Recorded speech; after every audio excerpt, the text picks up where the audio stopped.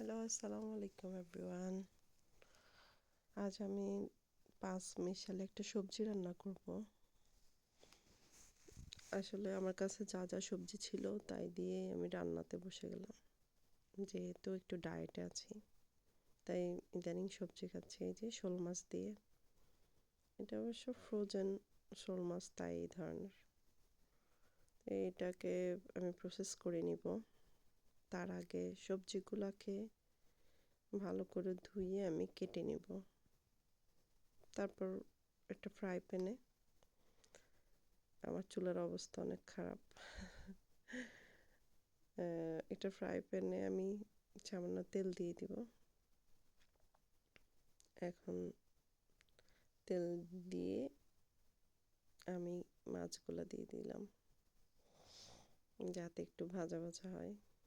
আসলে এটা এত খেতে টেস্টি হয়নি। মাছগুলো অনেক দিন ফ্রিজে ছিল, ওইভাবে কিনে নিয়ে আসছি। আসলে এখানে তো ফ্রেশ মাছ পাওয়া যায় না, তো ভেজে নিচ্ছিলাম মাছগুলা হালকা হালকা ভাজা হওয়ার জন্য দিছি, যাতে বেশি ভাজা না, যা তরকারি দিয়ে রান্না করব, যাতে একটা টেস্টি মুখে একটা ভালো ফ্লেভার আসে।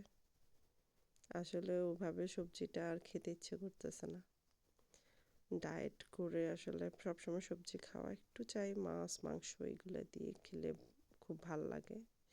আমার অবশ্য সবজিটা ভেজে খেতে খুব ভাল লাগে, কিন্তু প্রায় সময় আর ভেজে খেতে ইচ্ছে করে না। এই জন্য সবজির মতো করে এই যে মাছ দিয়ে রান্না করলাম। এই যে মাছগুলা একটু ভাজা ভাজা হওয়ার জন্য আমি কি করতেছি দেখেন,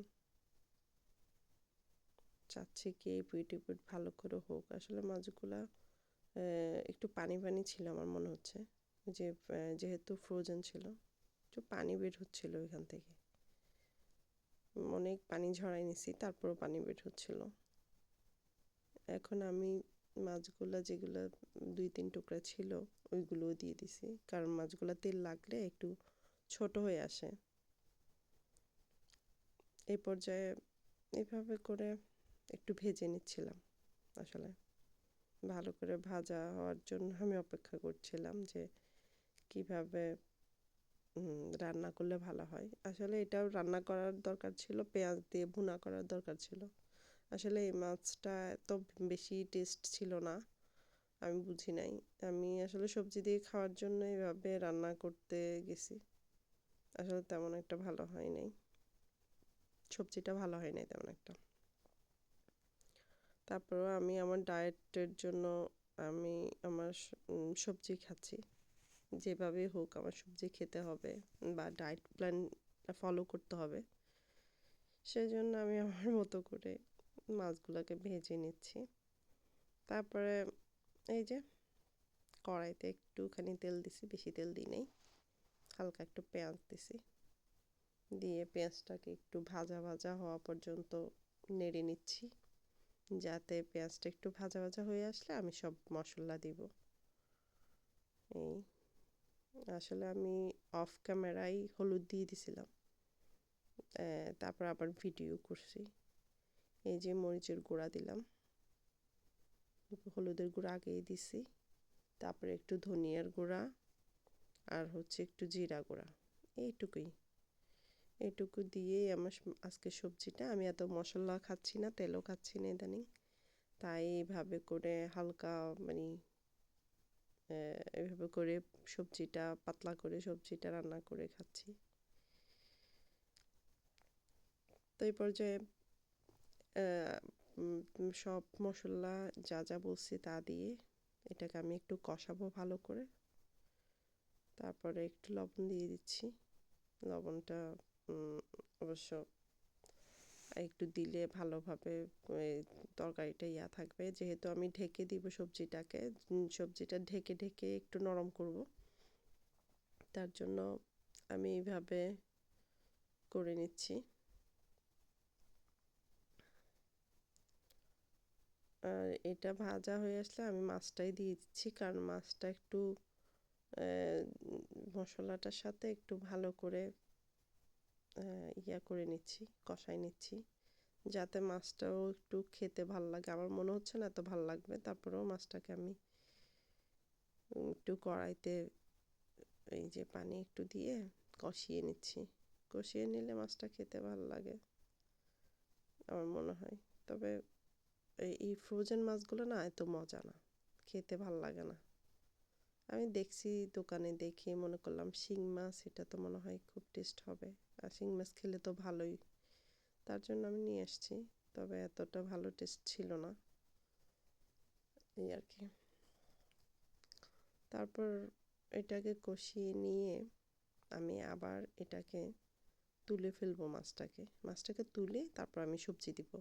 কারণ আমি চাই কম পানিতে সবজিটা একটু ভাপে সেদ্ধ হয়ে যাক আগে, তারপরে আমি এটাকে প্রয়োজন মতো ঝোল দিব। তারপরে রান্না করব। এই পর্যায়ে আমি মাছটা তুলে নিচ্ছি। তুলে নেওয়ার তুলে নেওয়ার পরে আমি ওই সবজিগুলো দিব। তুলে নিতে একটু সময় লাগছে, আমি এইভাবে করে করে নিচ্ছি দেখেন। সব মশলা আমার মাছে চলে আসছে। যাই আসুক সমস্যা নেই, এটা তো আমিই খাবো। তারপরে আমি থাক যেটা আছে একটা মাছ রাখছি। আবার আবার আমার চুলার অবস্থা দেখেন খুব এলোমেলো। এখন আমি সবজিটাই যে এগুলা কেটে নিলাম, বেগুন, তারপরে একটু কচুরমুখী ছড়া বলে যেটাকে, এটা ছিল, গাজর ছিল, ফুলকপি ছিল, বিনস ছিল, এগুলো দিলাম। টমেটো একটা কেটে দিয়েছিলাম, একটা টমেটো ছিল। এই যে আমার হাতের কাছে যা ছিল আর কি সবজি, ওটা দিয়ে ভালো করে আমি নেড়ে আমি এই যে এইভাবে করে নেড়ে নিচ্ছি। আসলে ঢাকনা দিয়ে দিলে না সবজিটা এমনি এমনি সিদ্ধ হয়ে যায়, আর সবজিটা তখন খেতে আরও ভালো লাগে। এভাবে করে আমি লাউ, চিংড়ি এভাবে করে রান্না করি, আমার খুব ভাল লাগে, খুব টেস্ট হয় এটা খেলে। মানে একদম পানি না দিয়ে আগে এই যে আমি ঢেকে দিছি, ঢেকে দিয়ে এটাকে একটু রান্না করে নিচ্ছি। তারপরে এই যে দেখেন, যখন আমি ঢেকে দিছিলাম সবজিটা দেখেন কেমন হয়েছে, একদম অল্প হয়ে গেছে সবজিটা। এখন ওই ভাপে ভাপে আমি সবজিটাকে রান্না করে নিচ্ছি। তো এই তো আমার রান্না, আমি মাছটাই ঢেলে দিচ্ছি। মাছটা ঢেলে দেওয়ার পরে একটু পানি দিয়ে দেব। পানি দিয়ে দিলে তারপরে ব্যাস কমপ্লিট রান্না। একটু সিদ্ধ হবে, তাই ব্যাস লবণ টবণ দেখবো, দেখে নামিয়ে ফেলবো। এই যে আমার রান্না, আজকের রান্না।